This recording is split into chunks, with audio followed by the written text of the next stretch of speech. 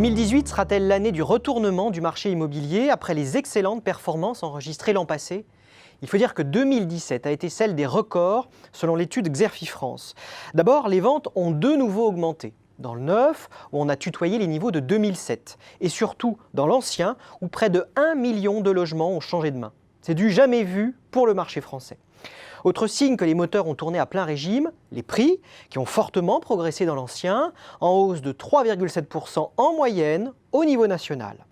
On a d'ailleurs observé quelques poussées de fièvre, comme à Paris, plus 7,4%, à Lyon, plus 6,9%, et à Bordeaux, où les prix ont bondi de près de 10%, Bordeaux qui est désormais à 2 heures de TGV de Paris.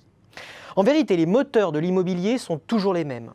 Conditions de financement exceptionnelles, en particulier entre la fin 2016 et le premier semestre 2017, importance des aides à la pierre pour l'accession à la propriété ou l'investissement. Surtout, la confiance des agents économiques est revenue. Mais le vent ne serait-il pas en train de tourner? Quelques enquêtes d'opinion réalisées fin 2017 montrent en tout cas que les rythmes de croissance seront difficiles à tenir. D'abord, aucun assouplissement des conditions d'octroi des crédits n'est à attendre des banques, ce qui ne permettra pas de resolvabiliser la demande. Gardons aussi à l'esprit que les taux d'intérêt sont à des niveaux planchers. En d'autres termes, la probabilité qu'ils se stabilisent ou remontent devient forte maintenant.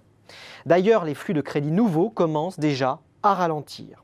En outre, l'opinion des promoteurs sur la demande de logements neufs et les perspectives de mise en chantier est redevenue négative en fin d'année sur fond de performances commerciales décevantes au troisième trimestre 2017. Mais ce qui retient surtout l'attention, c'est le changement d'approche de l'État vis-à-vis de l'immobilier. L'État qui veut réorienter l'épargne des Français vers les secteurs productifs, avec la mise en place de l'impôt sur la fortune immobilière, l'État qui a décidé de réduire son soutien aux bailleurs sociaux, l'État qui souhaite construire plus et moins cher en privilégiant les simplifications administratives au détriment des aides financières directes.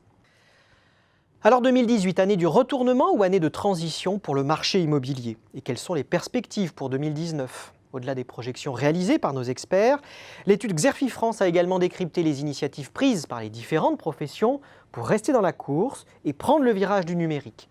Promoteurs, constructeurs de maisons individuelles, mais aussi agences immobilières, doivent en effet composer avec un environnement concurrentiel en pleine mutation, avec l'arrivée des PropTech, ces start-up de l'immobilier, dont certaines pourraient les déstabiliser.